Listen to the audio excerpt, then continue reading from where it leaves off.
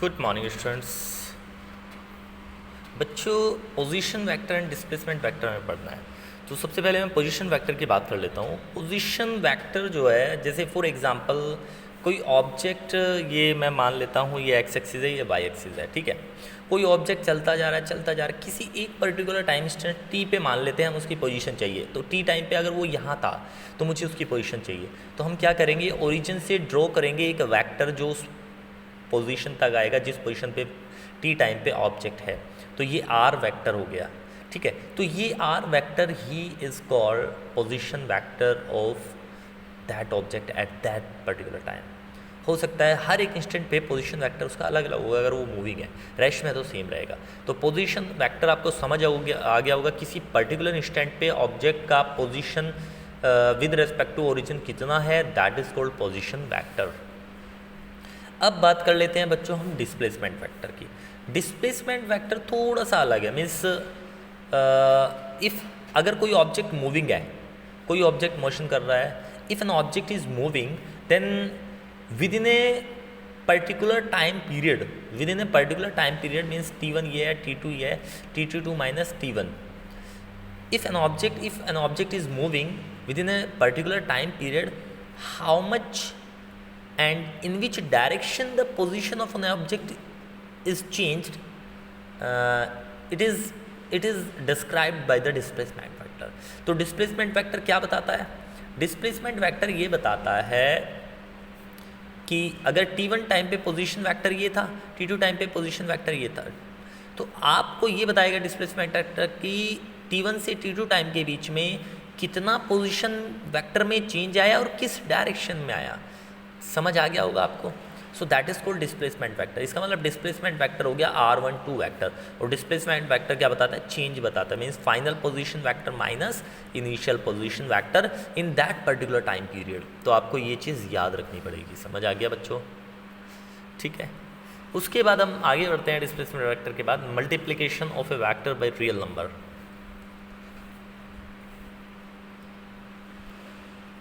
multiplication of a vector by real number और multiplication of a vector by scalar। ठीक है, तो बारी बारी से मैं समझना है। तो मान के चलो फॉर एग्जांपल आप फोर्स ले रहे हो, आप ले रहे हो 2 न्यूटन। मैं डायरेक्शन दे देता हूँ, क्या डायरेक्शन दे देता हूँ मैं? इस डायरेक्शन को पॉजिटिव, इस डायरेक्शन को नेगेटिव, ठीक है।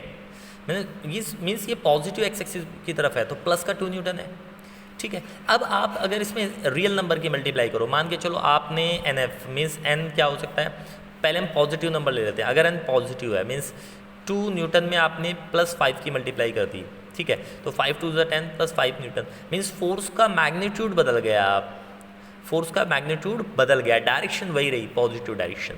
अगर आप N नेगेटिव रियल नंबर की मल्टीप्लाई करें means negative real number means NF that is आपने +2 न्यूटन में माइनस का 4 नंबर की मल्टीप्लाई करते हो, 4 2 8 माइनस का 8 न्यूटन मीन्स अब नेगेटिव एक्स डायरेक्शन में हो गया ये अपने आप, साइन इसका बदल गया, मैग्नीट्यूड बदल गया और डायरेक्शन बदल गई। मीन्स जो रियल नंबर की आप स्केलर में मल्टीप्लाई करते हो, सॉरी वेक्टर में मल्टीप्लाई करते हो, तो वो केवल उसका मैग्नीट्यूड को वैरी करता है या डायरेक्शन को वैरी कर सकता है, उस फिजिकल क्वांटिटी को वैरी नहीं कर सकता। Physical quantity remains same, physical quantity same है। मीन्स पहले भी फोर्स था मल्टीप्लाई करने से पहले, अभी भी फोर्स है। ऐसा नहीं हो सकता कि रियल नंबर मल्टीप्लाई किया तो फोर्स से वो एक्सेलरेशन बन गया। समझ आया बच्चों? चलो अब हम बात करते हैं multiplication of A vector by scalar. अब आप स्केलर की मल्टीप्लाई कर रहे हो, ठीक है। स्केलर की मल्टीप्लाई कर रहे हो तो आप एक काम करो, मास एक स्केलर है। मास क्या है? स्केलर है। मैंने 2 kg मास ले लिया, स्केलर क्वांटिटी, और मेरे पास एक एक्सेलरेशन वेक्टर है that is 4 metre per second squared in east direction में, ठीक है। अब आप दोनों मतलब इस वेक्टर में इस स्केलर की मल्टीप्लाई कर दो, m × a vector that is 2 × 4 kilogram metre per second squared east, और ये किसकी यूनिट है? फोर्स की, 4 2 8 न्यूटन ईस्ट। अब आपको समझ आ गया होगा भाई आप स्केलर की मल्टीप्लाई कर रहे हो तो वो वेक्टर, वो क्वांटिटी बदल गई, फिजिकल क्वांटिटी बदल गई। मीन्स फिजिकल क्वांटिटी पहले एक्सेलरेशन थी, अब वो चेंज होके फोर्स हो गई। तो आपको ये चीज़ माइंड में रख के चलना है। Means as well as magnitude, scalar quantity, scalar can change magnitude as well as physical quantity. समझ आया बच्चों? तो आई होप आपको ये समझ आ गया होगा। उसके बाद हम आगे बढ़ते हैं नेक्स्ट टॉपिक की तरफ। अब हम आपको बताएंगे कि किस तरीके से, किस किस मेथड से आप वेक्टर्स का एडिशन कर सकते हो। ठीक है, सो रिजल्टेंट वेक्टर देख लेते हैं। सबसे पहले हम रिजल्टेंट वेक्टर कैसे निकालते हैं।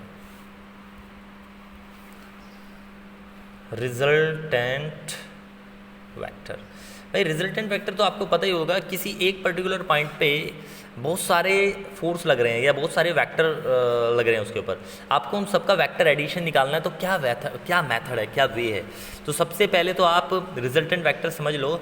मीन्स बहुत सारे वेक्टर एक ऑब्जेक्ट पे लग रहा है, एक ए vector, B vector, C vector. Means एक सिंगल ऐसा वेक्टर हो जो सेम इफेक्ट प्रोड्यूस करे, जो जितना इफेक्ट ये सारे के सारे मिलके कर रहे हैं, ये तीनों मिलके कर रहे हैं इस ऑब्जेक्ट पे। आई होप आपको समझ आ गया होगा रिजल्टेंट वेक्टर क्या होता है। अब रिजल्टेंट वेक्टर को कैसे रिप्रेजेंट करते हैं? मान के चलो ए बी सी तीनों वेक्टर हैं। ए वेक्टर है ये बी वेक्टर हो गया और ये सी वेक्टर हो गया। मीन्स फॉर एग्जांपल आप मान के चलो जितने भी वेक्टर्स का आपको वेक्टर एडिशन निकालना है, वो सारे के सारे वेक्टर आपको सेम ऑर्डर में लेने हैं। ठीक है, आपको क्या करना है? सेम ऑर्डर में लेने हैं। तो आप क्या करो, फॉर एग्जांपल ए वेक्टर ये हो गया, बी वेक्टर ये हो गया, सी वेक्टर ये हो गया। ए सेम ऑर्डर में, बी सेम ऑर्डर में, सी। सो इन सबका जो रिजल्टेंट होगा ए बी सी का, वो एक सिंगल वेक्टर होगा जो अपोजिट ऑर्डर का होगा। ये रिजल्टेंट वेक्टर हो गया। तो रिजल्टेंट वेक्टर कितना हो गया? A vector plus B vector plus C vector, A vector plus B vector plus C vector. I hope आपको ये समझ आ गया होगा। ठीक है बच्चों, अब हम आगे बढ़ते हैं, बात करते हैं method of vector addition. Means triangle law of vector addition. Triangle law of vector addition means triangle की हेल्प से हम वेक्टर को सॉल्व करने की कोशिश करेंगे। फॉर एग्जांपल हमारे पास दो वेक्टर हैं। ठीक है, एक वेक्टर ए है और एक वेक्टर बी वेक्टर है। इस पॉइंट ऑब्जेक्ट पे दो वेक्टर लग रहे हैं, ए वेक्टर और बी वेक्टर। इन दोनों के बीच का एंगल कितना है? थीटा। तो बच्चों सबसे पहली चीज़ तो आपको इन दोनों वेक्टर को एक ट्राइंगल की फॉर्म में रिप्रेजेंट करने और सेम ऑर्डर में। तो सबसे पहले मैं ए वेक्टर यहाँ बना लेता हूँ, ए वेक्टर हो गया सेम ऑर्डर में। तो इसका मतलब इसका जो टेल है वो इसके हेड पे आना चाहिए। सो ये हो गया बी वेक्टर। ठीक है, इन दोनों के बीच का एंगल कितना है? थीटा। तो ये थीटा हो गया। ए वेक्टर ये हो गया, B vector, A vector B vector, ये थीटा हो गया। ठीक है, अब आप क्या करो बच्चों, ए वेक्टर और बी वेक्टर इन दोनों का जो रिजल्टेंट होगा वो अपोजिट ऑर्डर का होगा। मीन्स ये वाला जो वेक्टर होगा ये रिजल्टेंट वेक्टर होगा। ठीक है, अब हम जानते हैं हमारे पास पाइथागोरस थ्योरम लगाने के लिए राइट एंगल ट्राइंगल पे है। तो आप इस बी वेक्टर के दो कंपोनेंट ले लो। एक तो ये आ गया बी कोस थीटा, ठीक है, और एक ये आ गया बी साइन थीटा। अब आप ये वाला ट्राइंगल ले लो, ये बड़े वाला ट्राइंगल, राइट एंगल ट्राइंगल दिख रहा है आपको। सो पाइथागोरस थ्योरम लगा दो। ठीक है, पाइथागोरस थ्योरम लगा दोगे आप तो क्या हो जाएगा? हाइपोटेन्यूज का square is equal to perpendicular square base का स्क्वायर। परपेंडिकुलर क्या है? B sine theta. बेस क्या है? A plus this, A plus B cos theta का स्क्वायर।